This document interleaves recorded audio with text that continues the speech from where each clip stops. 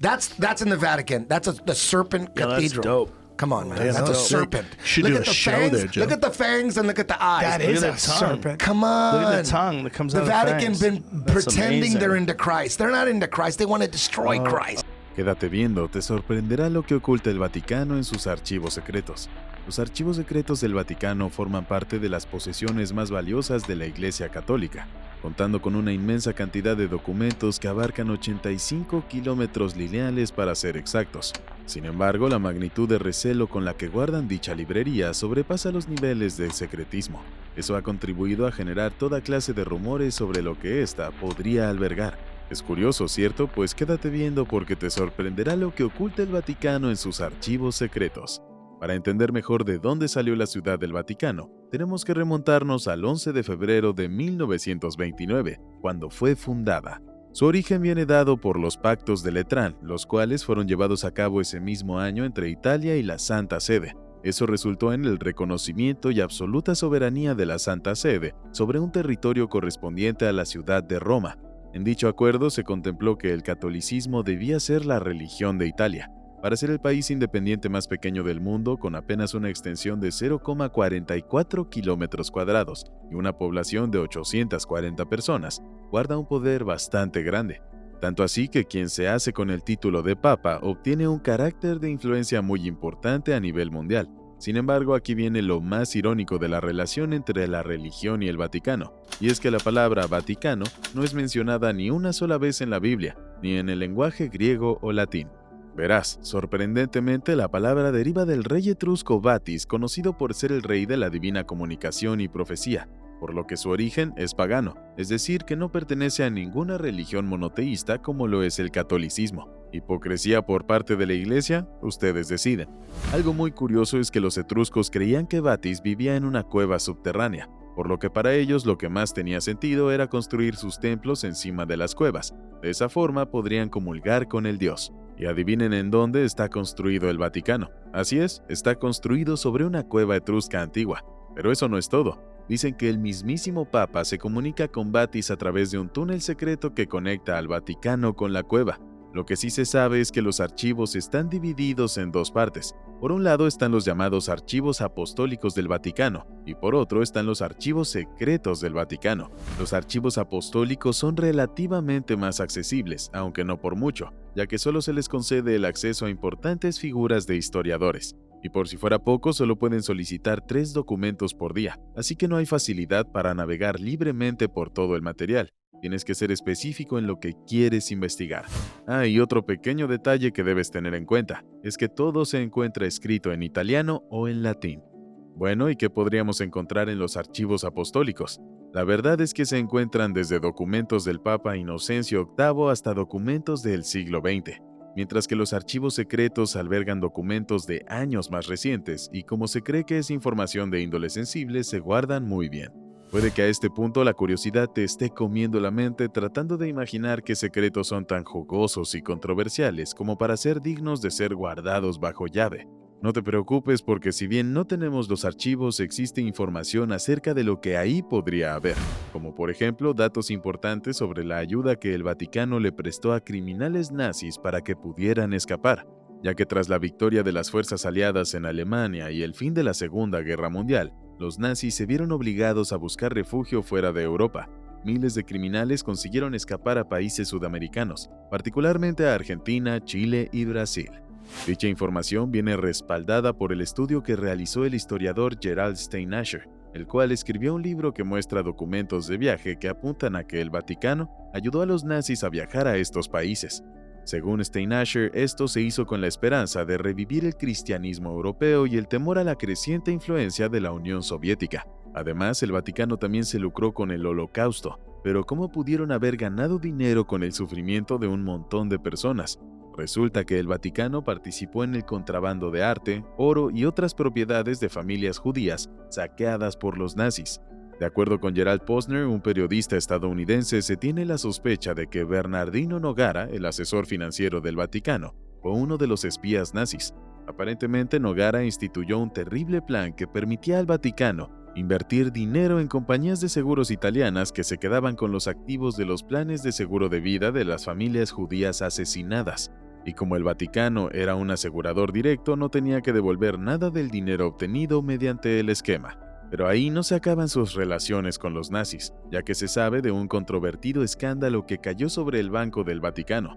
Gerald Posner señaló específicamente un trato que tenía con Hitler en el que el Vaticano recibía cada año el impuesto eclesiástico del Führer, y por supuesto se trataba de una suma importante de dinero, la cual se pagaba al Banco del Vaticano, también llamado Instituto para las Obras de Religión, IOR.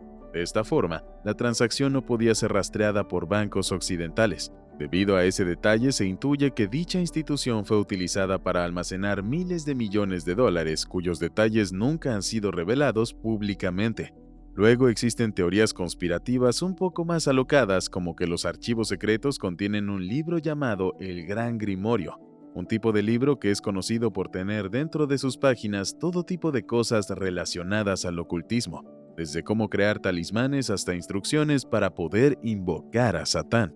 Y claro, no se podían quedar por fuera una de las teorías más prominentes conocida como los 3 secretos de Fátima. Se cree que existe una documentación que avala un suceso, el cual habría consistido en una serie de apariciones religiosas presenciadas por 3 niños cerca de Fátima, Portugal, entre mayo y octubre de 1917. Y en cada visión, los niños que tenían edades entre 7 y 10 años aseguran que vieron a la Virgen María, la cual supuestamente les reveló 3 secretos sobre momentos significativos que tomarían lugar en el futuro. Y mientras que los 2 primeros secretos fueron oficialmente revelados a través de escritos de El último sobreviviente en 1940, el tercer secreto permanece generando dudas sobre su contenido, ya que este último secreto fue enviado en un sobre sellado a el Vaticano. Entonces, ¿de qué tratan estos secretos tan misteriosos? El primer secreto que los niños vieron es conocido como las entrañas del infierno, en el cual montones de pobres almas en pena se quemaban en el fuego, mientras que los demonios los atormentaban sin piedad. En el segundo dijeron que les había dado instrucciones de cómo salvar las almas del infierno y reconvertir el mundo a la cristiandad. Este mensaje afirmaba que Rusia debía consagrarse al corazón inmaculado, es decir, a la devoción católica de la Virgen María, y que por ello sería concedido al mundo un tiempo de paz. Esto curiosamente coincide con la Segunda Guerra Mundial que acabaría terminando poco después, en noviembre de 1918. Pero lo más impactante viene con el tercer secreto. Han surgido diversas especulaciones sobre el mismo, llegando a decir que predecía la caída del comunismo o incluso el fin de la Tierra debido a una guerra termonuclear. Se podrán imaginar que la presión por revelar dicho secreto había alcanzado niveles muy altos. A pesar de eso, no hubo ninguna declaración por parte del Vaticano, al menos no hasta que llegó al año 2000 cuando confesaron que el último secreto de Fátima trataba sobre la predicción del intento de asesinato al Papa Juan Pablo II en 1981. Pero claro, mucha gente no cree en esta revelación, ya que fue expuesta al público mucho después de los hechos, por lo que no hay forma de determinar si en realidad había sido predecida. Lo único que podemos preguntarnos es si ya tenían esa información, ¿por qué no fueron más cautelosos con la seguridad del Papa? O incluso, ¿por qué no cancelaron por completo el evento? ¿Alguna vez has tenido ganas de viajar en el tiempo? Entonces a lo mejor tus ganas por conocer los secretos del Vaticano hayan aumentado. Algunos creen que más allá de donde podría llegar la vista para los simples investigadores se esconde uno de los mejores secretos guardados del Vaticano, una máquina del tiempo conocida como cronovisor. Presuntamente fue construido por un científico y sacerdote italiano llamado Pellegrino Maria Ernetti. Se dice que Ernetti le hizo ingeniería a la inversa a un dispositivo que una civilización antigua había dejado atrás. Usando este instrumento era capaz de ver eventos del pasado y del futuro, llegando incluso a asegurar haber visto la crucifixión de Jesucristo.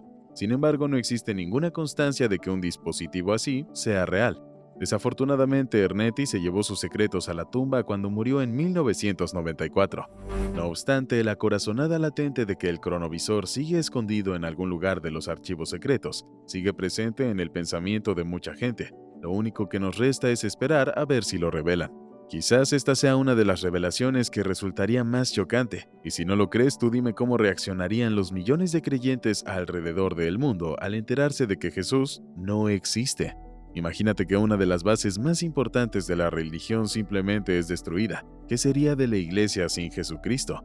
Hay quienes creen que Jesús nunca existió, y esta teoría se basa en reportes que los archivos contienen comunicaciones entre el emperador Nero y San Pablo, Se dice que Nero estaba alarmado por el esparcimiento de la cristiandad y cuestionó a Pablo sobre su líder. Presuntamente, en respuesta, Pablo le contestó que Cristo era una persona real y que los romanos lo habían ejecutado. Sin embargo, algunos historiadores creen que esta historia fue fabricada para apaciguar a Nero, pero de ser cierto significaría que el Vaticano continúa ocultando la verdad sobre Jesucristo para mantener su poder.